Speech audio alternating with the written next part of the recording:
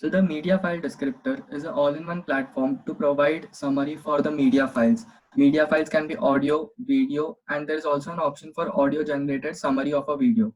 So first I'll be showing the video summary. So this is a video of cooking. A person is cooking pasta, and we can see that the processing has started. So till then, I'll just explain the code a little bit. Firstly, there is the video split that happens. So the video is divided into 10 seconds video, and it is stored on the local system. Then is the pre-processing step that comes in. So this is basically the CNN step wherein the VGG model is used to extract the visual features of the video, and it is stored into a numpy array that is of size 4096 into 30. 30 is the number of frames that we are using for extraction, and the numpy array is stored onto the local system. So now this numpy array, that is the visual features, are the features for training, and the vocabulary is the labels. Coming on to the model of the system. So firstly, we initialize all the dimensions, the hidden dimensions, the batch size, the number of LSTM steps, and the caption that is there. And we initialize the weights and the biases and also the LSTM cells.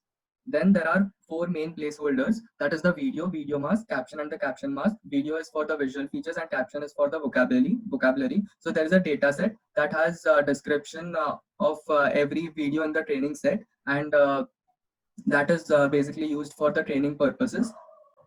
So there are two LSTM layers, and then there are embedding lookup layers because the words cannot be understood by the system. So the embedding layer is used to convert the words to vectors, and then they are concatenated.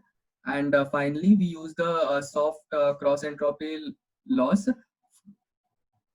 So when we come to the training phase, the train data description, that is these are the main labels that are there inside the CSV file, that is the dataset file, which has the vocabulary. Now this is where we next we load the whole model, and we store the placeholders and the variables. Next we use the Adams optimizer. The learning rate is 0.0001, and the loss is the softmax cross entropy loss.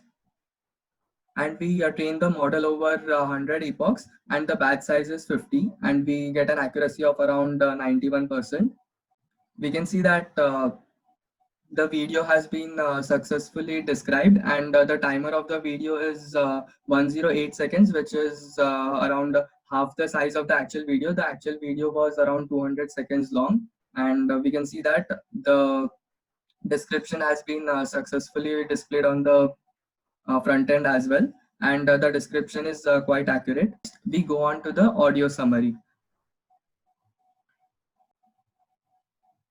So we have uploaded this wave file, and it has description on all different types of animals: camels, ants, peacocks, etc.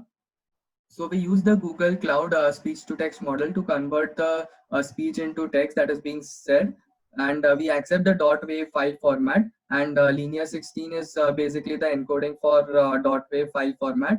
And next, I'll also explain the summarization techniques that we've used. We have used two types of techniques, that is the extractive summarization and the abstractive summarization. Extractive summarization is basically filtering the sentences and removing the non-important sentences from the text.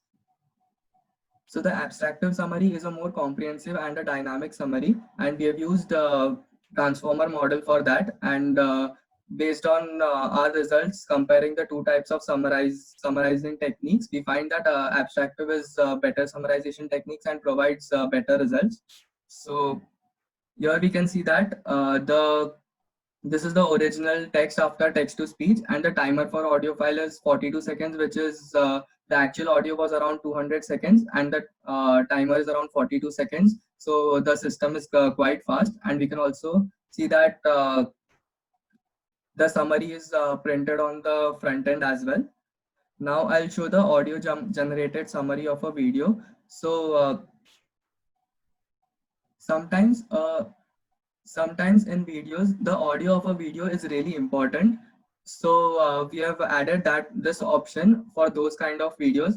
So what we do in this is that we take in the video, then we split the video, that is the audio and the video is split, and the audio is stored into a .wav file, and the normal audio processing techniques is used, that is the speech to text conversion, and then the summarization techniques to get in the final summary of the audio. So we can see that the final speech to text, final text after speech to text is this, and after the summarization, this is the summarized text, and we can see that the summarized text is also printed onto the front end.